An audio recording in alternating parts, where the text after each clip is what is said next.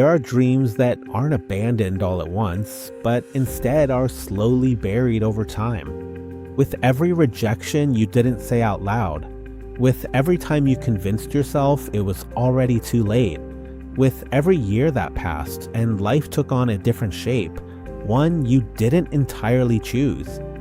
And there comes a point when it doesn't even hurt anymore. All that's left is a silence where there used to be something. That's the closest thing to a grave that I know. Not the grave of a body, but of a version of yourself that never got to live. We're here in Jerusalem, where the most famous tomb in history is, and the first thing that stands out is that this tomb is empty. All the other tombs of people who made history are still occupied, the tombs of great leaders, artists, and figures who seemed immortal. Their names live on, but they didn't come out. But before this tomb was found empty, there was a day that no one celebrates. The day after the cross. A Saturday of complete silence. No signs, no miracles, no explanation. Those who knew Jesus were blocked away, broken, filled with fear, wondering if it had all been a mistake. There was no way to know what was coming next. There was only darkness and the feeling that something huge had ended forever. That Saturday is the day that most resembles what many people are living through today. Not a dramatic crisis, but the heavy silence of something that's no longer there. A marriage that never happened, a business that didn't succeed, an opportunity that closed, a child who chose a painful path, a version of yourself that you let slip away and didn't wait for. And in that silence, the mind does what it knows best, convinces you that it's already too late, that what was buried is buried forever. But this empty tomb says something different. It says that what God holds in his hands doesn't stay buried, that silence isn't always the end, that there are moments when all you can do is wait, and that waiting is not defeat. If today you have a buried dream that you can barely even remember because you learned to live without it, this story was written for that dream too. Because if there's one thing that Jesus' empty tomb teaches us, it's that God isn't limited by what you've already given up for dead. These are words of life.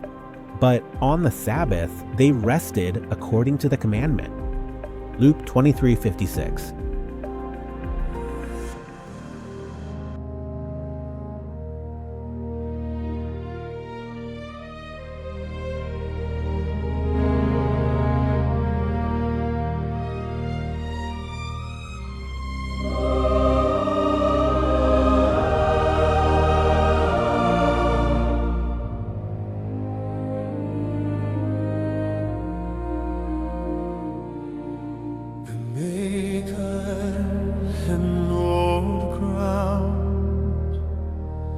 His finished work beneath the stone, the one who rested after dawn, now rests when redemption's done. It was not lost, it was complete, not shattered hope, but victory.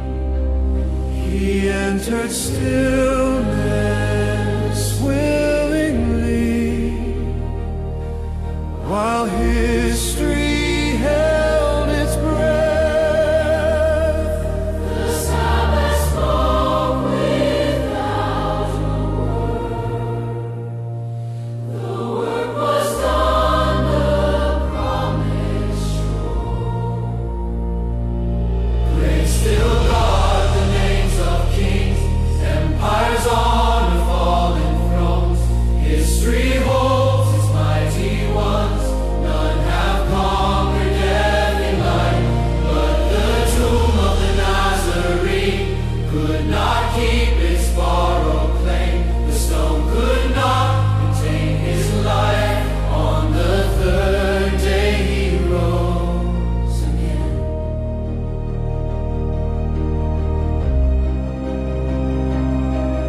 There was a day with no applause,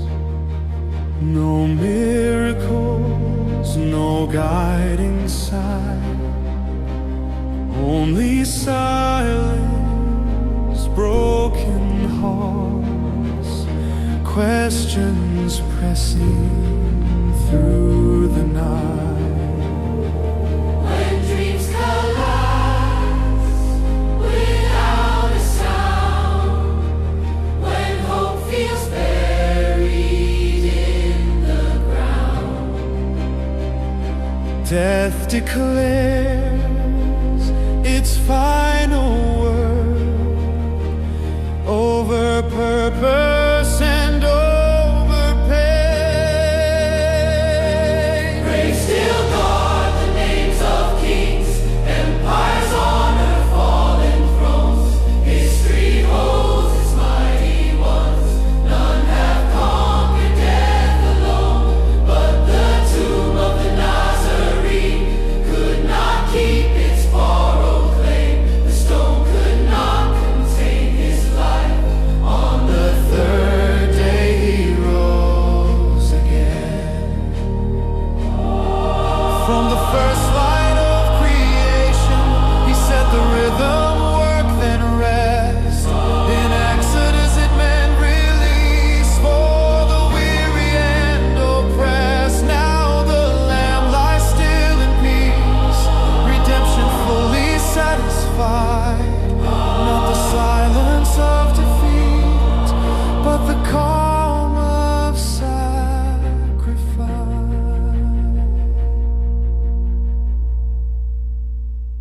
When everything feels sealed and closed, when meaning seems to disappear,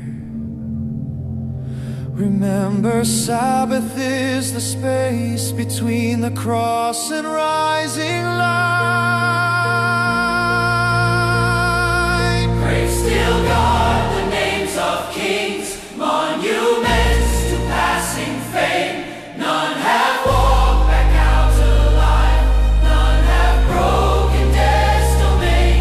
But the tomb of the Nazarene could not hold the Holy One. The silence shattered into dawn, death was crushed, the grave undone. On the third day he rose in power, and hope rose up with